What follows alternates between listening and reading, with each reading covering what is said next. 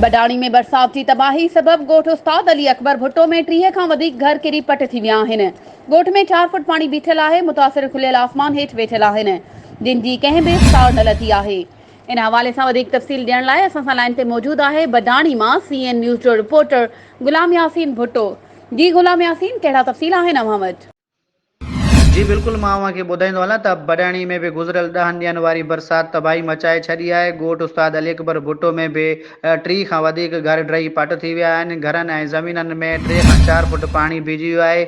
सवें एकड़नि ते बीठल ग़रीबनि जो सारीलो फसल भी ॿुॾी तबाह थी वियो आहे। मुतासिर खुलियल आसमान हेठि बेहारो मददगार वेठल आहिनि, पर कंहिं बि सार न लधी आहे। मीडिया सां ॻाल्हाईंदे गुल फ़कीर, इम्तियाज़ अली, पलवान कमरदीन, सदरदीन भुट्टो ऐं ॿियनि ॻोठनि रोईंदे ॿुधायो त 10 ॾींहंनि खां खुलियल आसमान हेठि वेठल आहियूं। बरसात सबबि घर भी किरी तबाह थी विया आहिनि, फसल भी ॿुॾी विया आहिनि। घरनि ताईं अचण वञण जो रस्तो भी कटिजी वियो आहे, पर हिन महिल ताईं सरकार पारां कंहिं बि क़िस्म जी मदद न आहे थी। हिननि वस वारनि खे मदद जी अपील कई आहे त असांजे ॻोठनि जो पाणी कढी असांजी माली मदद कई वञे। जी महिरबानी गुलाम यासीन, तफ़सीलनि सां आगाह करण जे लाइ।